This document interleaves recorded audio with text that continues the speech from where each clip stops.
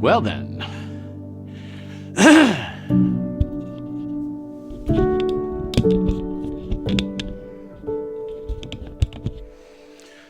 Well, hello then. Welcome back, everyone. It's been a very, very, very long time. I hope you enjoyed that Aurora Borealis that I shot on October 10th. We'll talk about that later in the show. And I have to say, it was just a really fortunate evening. I managed to get out there and set it up and cool stuff. Anyway, so I've decided, and it's hard for me to do this, but I've decided it's time to quit. I just can't do it anymore. I simply cannot shill for camera and gear companies and bow down to the YouTube algorithm anymore. So I decided it's time for a reboot of the channel. The direction I was taking wasn't doing anything to actually help you be a better photographer or artist, and it wasn't doing anything to make your work better or to produce anything really very useful for the world. I started to feel like all I was doing was shilling most of the time, and frankly, I think I was.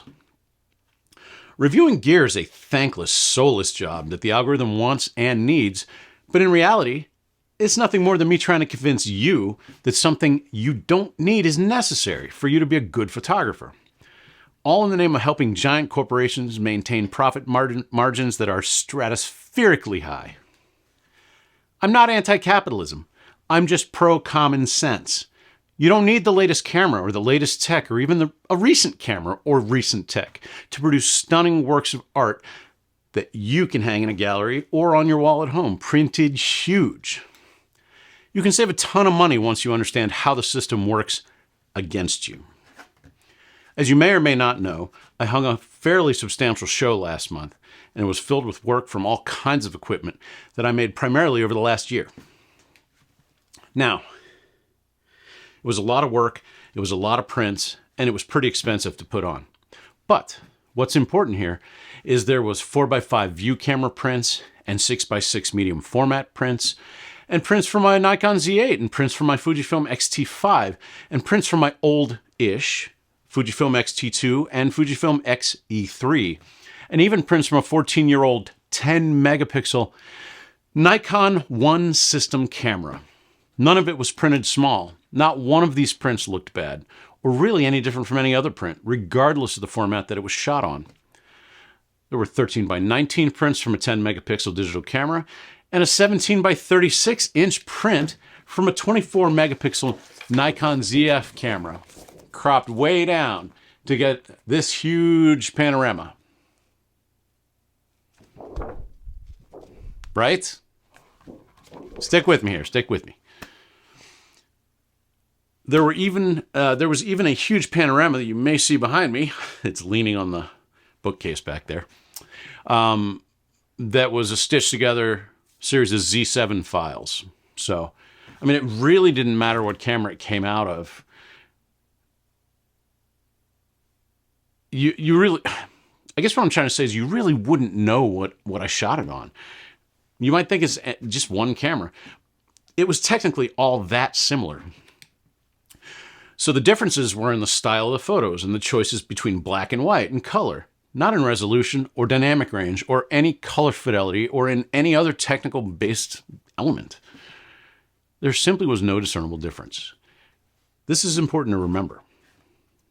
Now, I'm not going to argue that making a 4x6 foot print isn't a bit easier if you start with a 46 megapixel or even a 100 megapixel file. No, the large file makes it easier.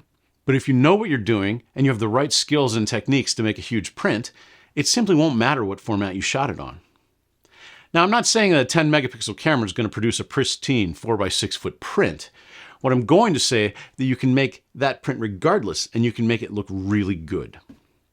No one will ask if that was a 14-year-old camera with 10 megapixels.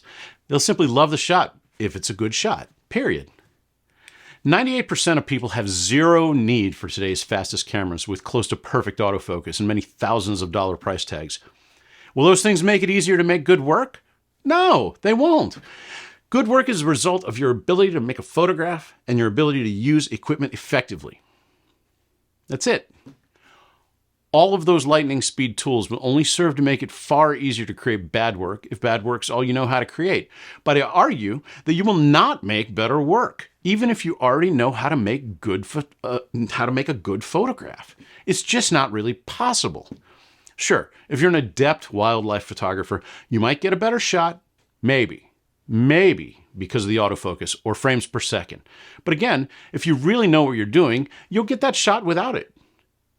People didn't just start getting good shots a few years ago. Some of the greatest images in existence were made well before any of this stupid technology existed. This technology just serves to make people who don't make good work make more of it faster. But the patience and skill that gets a really good shot really has nothing to do with that 30 frames per second or that 40 megapixel sensor or even with that really amazing autofocus. Those tools can make life lazier, but they certainly won't make your photos better. I can see it now. All you armchair experts are going to start typing and tearing into my monologue so you can give me a piece of your mind about your nice, expensive equipment because you don't want to admit that you didn't need to spend all that money to make the work you're making. Okay. Rant done. All that said, this channel is heading down a new route. You may want to unsubscribe if you have a problem with no more reviews. Sure, I'll talk about my gear and technique and how to use the equipment effectively, but I'm not shilling for huge corporations anymore to try to get you to buy something you don't need that simply will not make your work any better than it already is. I won't name any names, but I see all the big landscape guys moving towards shilling for big companies more and more. Hasselblad Heaton. Well, all I can say is, not me anymore. Not on this channel. Welcome to the new channel. We're going to talk about art and how to make effective work. I'll still take you out on shoots from time to time, of course, but I plan on talking more about why I make the work and how the work can be made better. We will discuss the idea of meaning and intent mixed with inspiration, and I'll show you how to use old equipment, both film and digital, to make work that can be just as good as any made on new equipment. I'll spend more time on film than in the past, and we'll talk about techniques in the darkroom as well as on the computer, because that's what most of us do, to get the results we want. It's time to take photography back from the big corporations and make it ours again. To make it a practice of using whatever you have at hand to create, and to stop worrying about the latest, greatest gizmos and concentrate on making really substantial, high-quality work. That said, I also won't be slamming myself with weekly forced videos anymore. I'm going to do my best to be regular, but I'm only making videos about what I feel inspired by. No more new gear reviews, no more taking products from companies for reviews, and no more forcing myself into a box just to get likes. All right. Second rant done. All of this said, check out this Aurora time lapse from October 10th, 2024.